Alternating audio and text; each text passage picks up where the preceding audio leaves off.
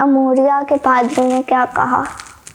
آموریہ کے پادری نے پھر ان کو مشورہ دیا کہ اب میں بھی اس دنیا سے جانے والا ہوں، تو میرا بھی وقت قریب ہے، تو آپ جو تلاش حق اور جستجو میں ہیں تو میں بھی اسی میں تھا، تو اب آخری نبی آنے والا ہے اور ان کی آمد کی جو نشانیاں کتابوں میں بتائی گئی ہیں وہ قریب قریب تمام نشانیاں نظر آ رہی ہیں، لیکن میری زندگی اب ختم ہونے والی ہے۔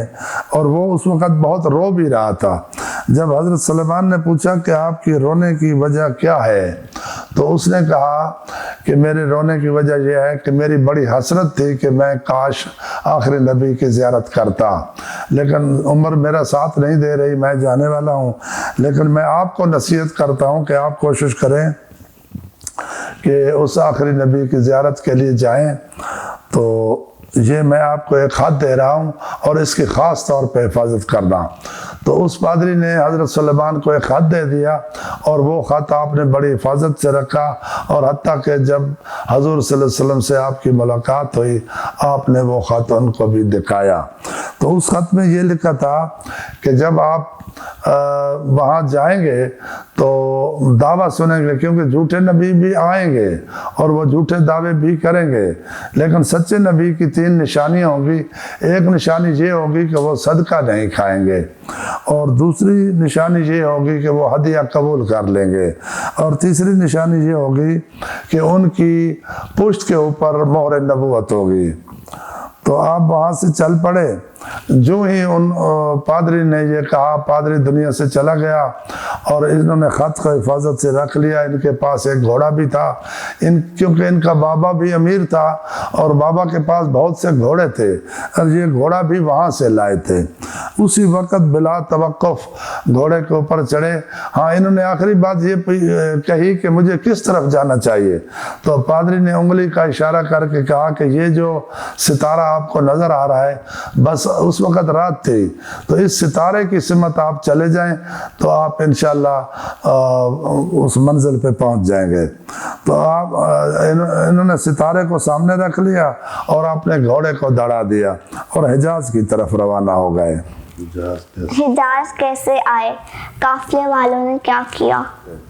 حجاز کی طرف آ رہے تھے تو راستے میں ان کو ایک قافلہ مل گیا جو اموریہ سے گزر رہا تھا۔ تو انہوں نے قافلے والوں کو کہا کہ میں بھی آپ کے ساتھ جانا چاہتا ہوں، تو آپ کہاں جا رہے ہیں؟ انہوں نے کہا ہم حجاز کی طرف جا رہے ہیں، تو مجھے بھی ساتھ لے جائیں۔ انہوں نے ان کو ساتھ لے لیا تو یہ وہاں سے روانہ ہو گئے۔ آپ مدینہ کیسے آئے؟ پھر قافلے والوں نے کیا کیا؟ قافلے والوں کی نیت خراب ہو گئی، انہوں نے ان کو زنجیروں میں باندھ دیا اور غلام بنا دیا، اور ان کا خیال تھا کہ ہم اس کو راستے میں فروخت کر دیں گے کہیں تو اچھے بھلے ہمیں پیسے مل جائیں گے۔ تو انہوں نے اس غلامی کو قبول کر لیا، کیونکہ یہ تو کسی بھی شرط پہ حجاز آنا چاہتے تھے۔ تو یہ واقعہ اسی طرح ہوا جس طرح یوسف علیہ السلام کا واقعہ تھا کہ یوسف علیہ السلام کو بھی بھائیوں نے فروخت کر دیا تھا، تو یوسف علیہ السلام اللہ کی رضا پہ راضی تھے، کیونکہ ان کو تو مصر جانا ہی تھا اور ان کو یہ معلوم تھا کہ مجھے مصر ایک بڑے کام کے لیے جانا ہے۔ تو انہوں نے بھی سوچا کہ شاید یہ اسی طرح کا کوئی وقت آ گیا ہے، تو یہ مدینہ آ گئے، اور ان لوگوں نے مدینہ میں ان کو بردہ فروشوں کی منڈی میں لے آئے اور وہاں بولی لگا کے ان کو فروخت کر دیا۔ تو بولی اس طرح سے لگی کہ جو یہودی ان کو خریدنے والے تھے اس وقت زیادہ سے زیادہ، بہت زیادہ جو انسان کی قیمت ہوتی تھی، جو علم والا ہوتا تھا، ہنر والا ہوتا تھا، صحت مند ہوتا تھا، تو 30 دینار ان کی قیمت ہوتی تھی۔ لیکن لوگوں نے جب ان کی کچھ باتیں سنی، کچھ شکل و شباہت دیکھی، بہت ہی خوبصورت جوان تھے، بہت ہی لمبے قد کے اور بہت ہی صحت مند آدمی تھے، اور بہت سے ہنر رکھتے تھے، چٹائیاں بنانا بھی جانتے تھے، تو کھجوروں کی باغبانی اور اس طرح کے کام، بہت سے زراعت کے کام جانتے تھے۔ تو ان کی بہت بڑی بولی لگی، یعنی 200 دینار کی بولی لگی، اور یہودی نے 200 دینار میں ان کو خرید لیا۔ لیکن جب یہودی نے خرید لیا تو بہت سے یہودی اس کو تانے دینے لگے کہ آپ نے اتنی بڑی رقم کیوں خرچ کی ہے، لیکن وہ مطمئن تھا۔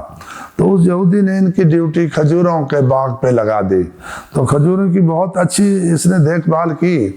ایک دفعہ اس یہودی کا کسی اور یہودی کے ساتھ لین دین کا تنازع تھا، تو وہ دونوں آپس میں جھگڑا کر رہے تھے اور یہ تنازع کسی بھی صورت ختم نہیں ہو رہا تھا، اور وہ دونوں ایک دوسرے کو اپنی دلیل سے قائل نہیں کر سکتے تھے۔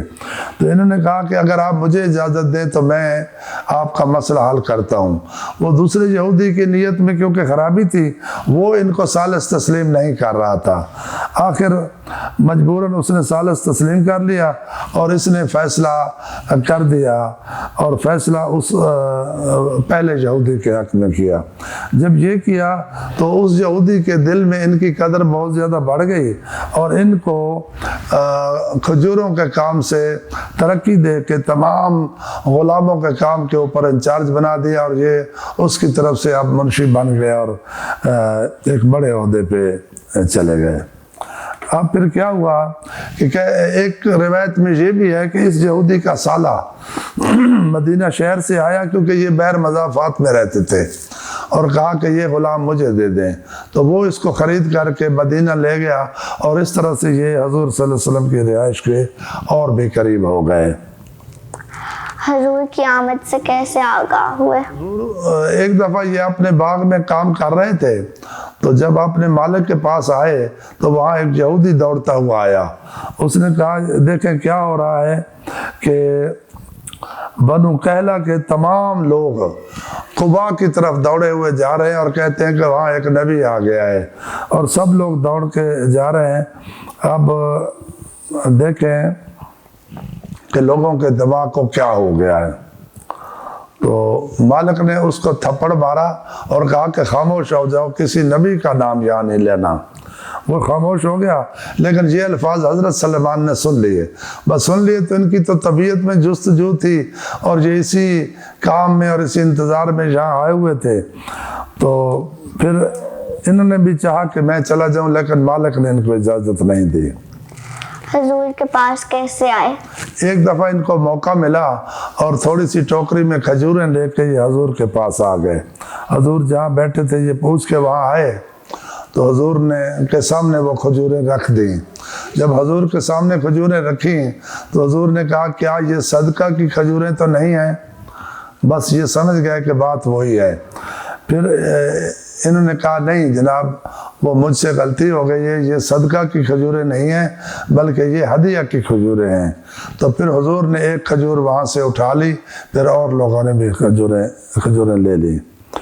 تو اس طرح سے دو نشانیاں ان کو معلوم ہو گئی کہ یہ دو نشانیاں صحیح ہیں جو اس پادری نے بتائی تھی۔ پھر یہ اس جستجو میں تھے کہ کبھی مجھے موقع ملے اور میں تیسری نشانی بھی دیکھوں۔ تیسری نشانی کیسے دیکھی؟ ایک دفعہ ایسا ہوا، کہتے ہیں کہ یا کوئی جنازہ ہو رہا تھا، دو روایتیں ہیں کہ کوئی جنازہ ہو رہا تھا اور حضور جنازے میں شریک تھے، یا یہ ہے کہ قبرستان میں بیٹھے تھے۔ تو قبرستان تو اس وقت جنت البقیع تھا، تو شاید وہاں بیٹھے تھے۔ تو جب حضرت سلیمان وہاں گئے تو ان کے دل میں وہی جستجو تھی کہ کسی طرح سے میں آپ کی پشت پہ مہر نبوت دیکھوں جو دونوں کندھوں کے درمیان میں پیچھے تھی۔ تو حضور سمجھ گئے، تو حضور نے اوپر چادر ڈالی ہوئی تھی، تو حضور نے چادر نیچے کر دی تاکہ سلیمان اچھی طرح سے دیکھ لیں۔ جب سلیمان نے دیکھ لیا تو فوراً بڑھ کے حضرت سلیمان نے وہ مہر کو چوم لیا اور حضور کے سامنے دو زانو بیٹھ گئے اور کہا کہ یا رسول اللہ مجھے کلمہ پڑھائیے، اب مجھے تیسری نشانی بھی مل گئی ہے، اب میں دائرہ اسلام میں داخل ہونا چاہتا ہوں۔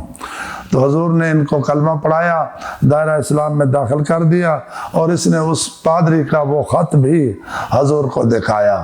تو حضور نے اس پادری کے لیے بھی دعا کی اور حضرت سلیمان کو بھی اپنا ساتھی بنا لیا۔ یہودی سے کیسے آزاد ہوئے؟ معجزہ کیا ہوا؟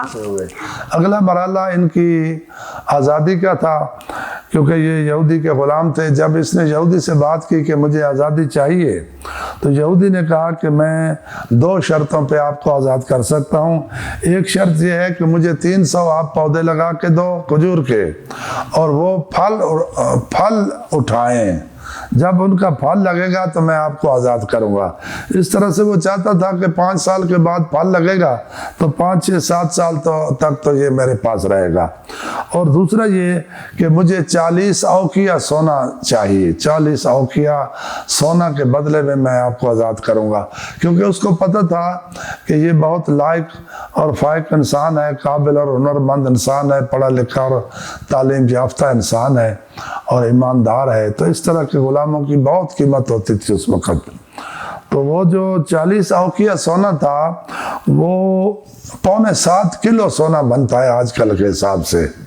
تو حضرت سلیمان رضی اللہ تعالیٰ عنہ پریشان ہو گئے اور آ کے حضور صلی اللہ علیہ وسلم کو بتایا. پھر معجزہ کیا ہوا؟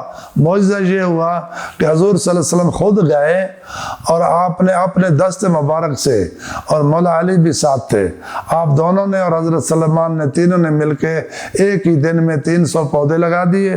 اور حضور صلی اللہ علیہ وسلم کی اور مولا علی علیہ السلام کے ہاتھ میں یہ معجزہ تھا کہ جس پودے کو آپ لگاتے تھے، اگر صبح لگاتے تھے تو وہ شام کو پھل دیتا تھا، اور اگر وہ شام کو لگاتے تھے تو وہ پودا اگلے دن صبح پھل دیتا تھا. اور یہ معجزہ حضرت علی کی زندگی میں بھی بعد میں ساری عمر رہا، ان کے ساتھ رہا. تو وہ ایسا ہوا کہ ایک ہی دن میں 300 پودے لگائے گئے اور شام کو وہ پھل دینے لگے. تو چنانچہ یہودی کی وہ شرط پوری ہو گئی. اب رہا 40 اوقیہ سونا کا مسئلہ. تو حضور صلی اللہ علیہ وسلم نے ایک ڈلی سونے کی اٹھائی. کچھ کہتے ہیں پتھر تھا اور وہ سونا بن گیا، کچھ کہتے ہیں کہ سونا حضور کے پاس پہلے موجود تھا. بہرحال اللہ ہی بہتر جانے جو بھی تھا. تو وہ سونے کی ڈلی حضرت سلیمان کو دی اور کہا کہ جا کے یہودی کو دے دیں اور آپ کا یہ قیمت ادا ہو جائے گی. تو حضرت سلیمان نے کہا جناب کہ یہ تو ڈلی چھوٹی سی ہے، تو یہ 40 اوقیہ کیسے ہوگی؟ تو حضور نے فرمایا کہ اس کو کہیں کہ اس کو ترازو پہ وزن کر لے. جب اس نے ترازو پہ وزن کیا تو ایسی برکت ہوئی کہ وہ بالکل 750 برابر ہو گئی اور ترازو کے دونوں پلڑے برابر ہو گئے.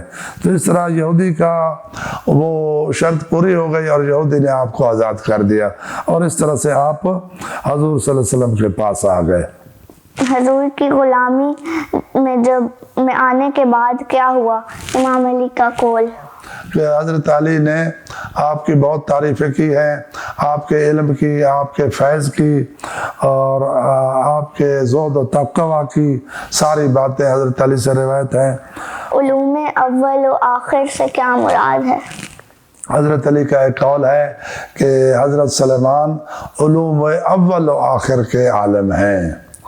اول علوم کے بھی عالم ہیں اور آخر علوم کے بھی عالم ہیں. تو علوم اول سے مراد ہے پہلے کی کتابیں اور صحیفے، جو آسمانی صحیفے انبیاء پہ نازل ہوئے ہیں. حضرت سلیمان کو ان کا بھی علم تھا، اور جو 3 کتابیں آسمان سے نازل ہوئی ہیں تو حضرت سلیمان کو ان کا بھی پورا علم تھا. اور انہوں میں آخر سے مراد قرآن شریف ہے اور حدیث کا علم ہے. تو حضرت سلیمان کو قرآن شریف کا پورا علم تھا. اور بلکہ حضور صلی اللہ علیہ وسلم نے حدیث میں فرمایا تھا کہ اگر آپ نے علم لینا ہے تو 4 لوگوں سے لینا ہے. یہ حدیث تقریباً حدیث کی کافی کتابوں میں، معتبر کتابوں میں موجود ہے. اور ان 4 میں ایک علی ہیں، اور ایک حذیفہ یمان ہے، ایک عمار یاسر ہیں، اور ایک حضرت سلمان فارسی رضی اللہ تعالیٰ عنہ ہیں.